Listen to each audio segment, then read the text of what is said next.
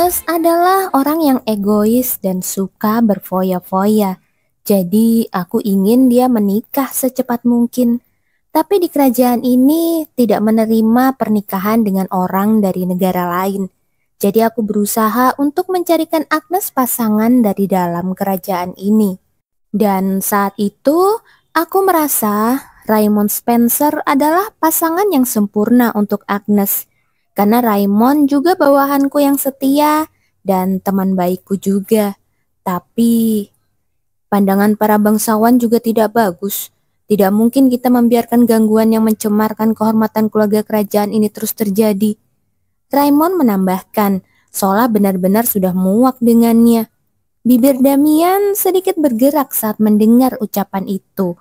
Tentu saja, dia mengakui bahwa Agnes memang angkuh dan bisa jadi merepotkan bagi kerajaan.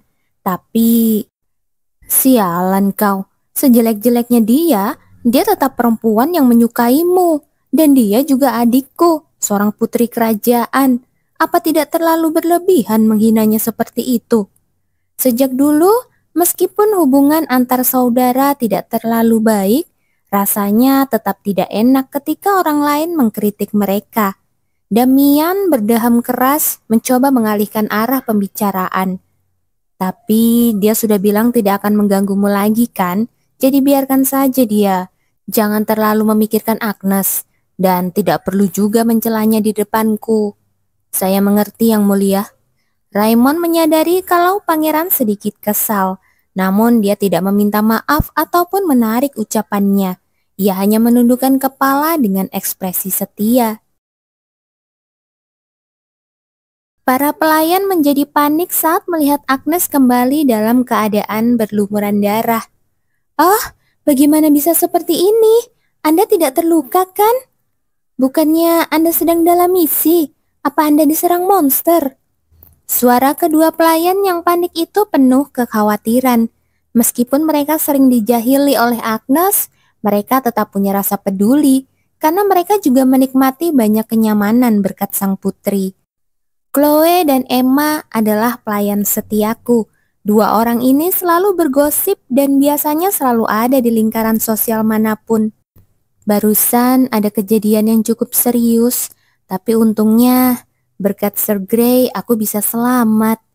Ia tidak menyebutkan bahwa dirinya hampir kehilangan nyawa, karena jika Kaisar sampai mendengarnya, bisa jadi Kylo akan menghadapi masalah besar.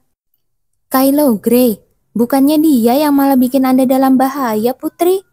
Sebagai ketua, seharusnya dia menempatkan Anda di tempat yang aman. Ini tidak akan terjadi jika dia tidak menyuruh Anda ke sana. Loh, kenapa jadi begini? Berapa banyak kesatria hitam yang dipenjara karena mereka menimbulkan masalah selama perang. Selain itu, saat saya keluar, saya tidak sengaja bertemu dengan Sir Grey. Bukannya menyapa, dia malah menatap saya dengan mata yang mengerikan itu. Orang seperti itu nggak bisa dipercaya, Putri. Agnes menyadari kalau reputasi Kylo ternyata seburuk dirinya. Walaupun wajahnya tampan, penampilannya yang muram membuatnya tidak menarik perhatian para gadis. Hampir semua perhatian wanita muda di ibu kota tertuju pada Raymond Spencer, sang pahlawan kekaisaran. Agnes menggigit bibirnya seolah baru menyadari sesuatu. Sepertinya kalian salah paham soal Sir Grey. Dia sebenarnya cukup bisa diandalkan. Dia bahkan menyelamatkanku saat sedang bahaya. Serius, Putri?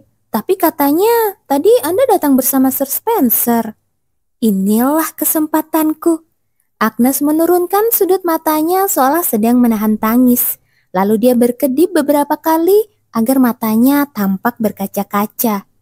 Mulai sekarang, jangan sebut-sebut nama Sir Spencer di depanku lagi. Putri, apa yang terjadi? Iya, ceritakan pada kami, Putri. Dua pelayan yang biasanya paling banyak bicara di lingkaran sosial itu kini memohon dengan wajah penuh rasa ingin tahu. Itu bukan sesuatu yang perlu aku ceritakan secara rinci. Rasanya itu bukan tempatku. Tapi aku juga manusia biasa.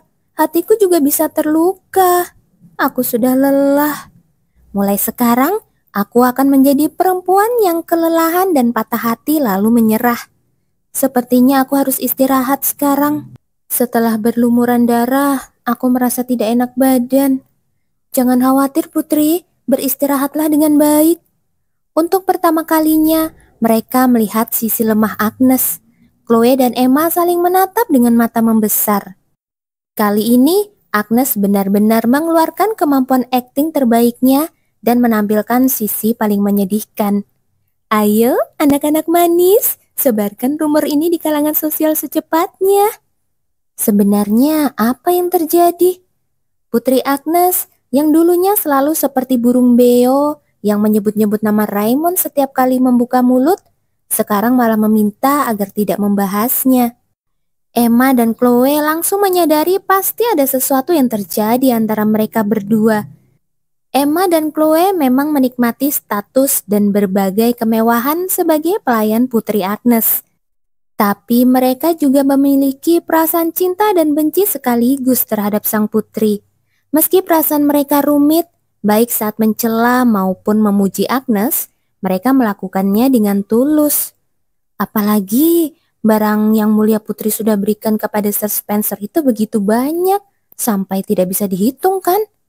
Kalau begitu, apakah itu berarti Sir Spencer yang melakukan sesuatu? Tidak mungkin. Apa jangan-jangan dia mengucapkan kata-kata kasar yang tidak pantas untuk diucapkan? Sir Spencer tidak mungkin seperti itu. Sejauh ini, Sir Spencer telah menolak sang putri berkali-kali, tetapi dia tidak pernah seputus asa itu. Kalau sampai melukai Yang Mulia Putri, itu jelas lebih dari sekedar penolakan. Benar-benar keterlaluan, mengabaikan ketulusan hati sang putri sudah cukup buruk, tapi menyakitinya seperti ini. Itu benar, dia sudah menerima semua kebaikan dari sang putri, tapi sekarang malah seperti ini. Apa karena dia jadi pahlawan perang, lalu jadi besar kepala? Keduanya pun keluar dari istana sang putri, dan malam itu juga rumor menyebar dengan cepat. Rumor itu makin membesar karena dibumbui oleh orang-orang yang senang bergosip.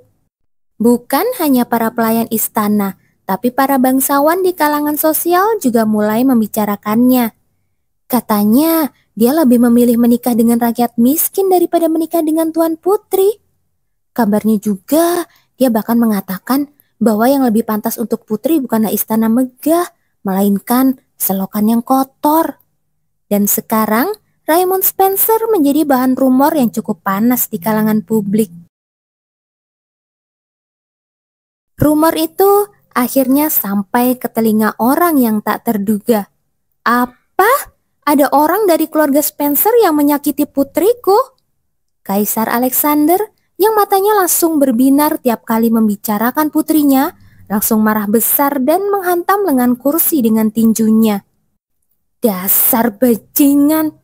Sabarlah Yang Mulia, rumor itu belum tentu benar. Sang kepala pelayan tampak gelisah dan melirik ke arah kaisar. Nggak anak, nggak ayah, sama aja arogannya. Keluarga Spencer adalah salah satu dari 4 keluarga utama di kekaisaran, baik secara nama maupun kekayaannya. Mereka keluarga terhormat yang tidak bisa dicela oleh siapapun. Kaisar Alexander memang tidak menyukai Duke Spencer, karena pria itu adalah cinta pertama sang permaisuri. Bahkan sebelum sang permaisuri menikah dengan Alexander, si Spencer sialan itu datang padanya dan meminta untuk membatalkan pernikahan. Istrinya yang sebenarnya sudah lama melupakan perasaannya pada Spencer, mengabaikan permintaan itu dan tetap menikah dengan Alexander, menjadi putri mahkota seperti yang direncanakan. Alexander masih mengingat dengan jelas amarahnya waktu itu, tapi Duke Spencer tidak tahu apa yang kupikirkan dan anak-anak kami malah berteman. Tapi kalau soal Agnes, itu berbeda. Kenapa dari sekian banyak pria harus dia? Membayangkan putriku yang manis jadi menantu si bajingan itu, sungguh tidak akan pernah. Bahkan kalau langit runtuh dan mataku kemasukan tanah pun, aku tetap tidak mau membayangkannya. Yang Mulia, tenanglah. Mungkin ini adalah pertanda baik. Pertanda baik. Iya, dari yang saya dengar dari pelayannya, Putri sangat terpukul sampai memerintahkan para pelayannya untuk tidak pernah menyebut nama pria itu lagi. Bukankah ini jelas pertanda baik? Begitu mendengarnya, Alexander sadar itu masuk akal. Tapi tetap saja, kemarahannya belum reda. Baiklah, jadi rumor ini sudah menyebar di seluruh kalangan sosial. Benar Yang Mulia, sudah menyebar luas hingga tidak ada satu orang pun yang tidak mendengarnya. Ucapan kepala pelayan itu memang benar. Bahkan Kylo Grey, yang biasanya tidak tahu menahu urusan gosip sosial, ikut mendengar kabar ini. Dan saat mendengarnya, Kylo pun merasakan emosi yang rumit. Orang itu menghujani sang putri kekaisaran dengan kata-kata kasar. Keep it up, don't look back. 悩んでても声をかけてくる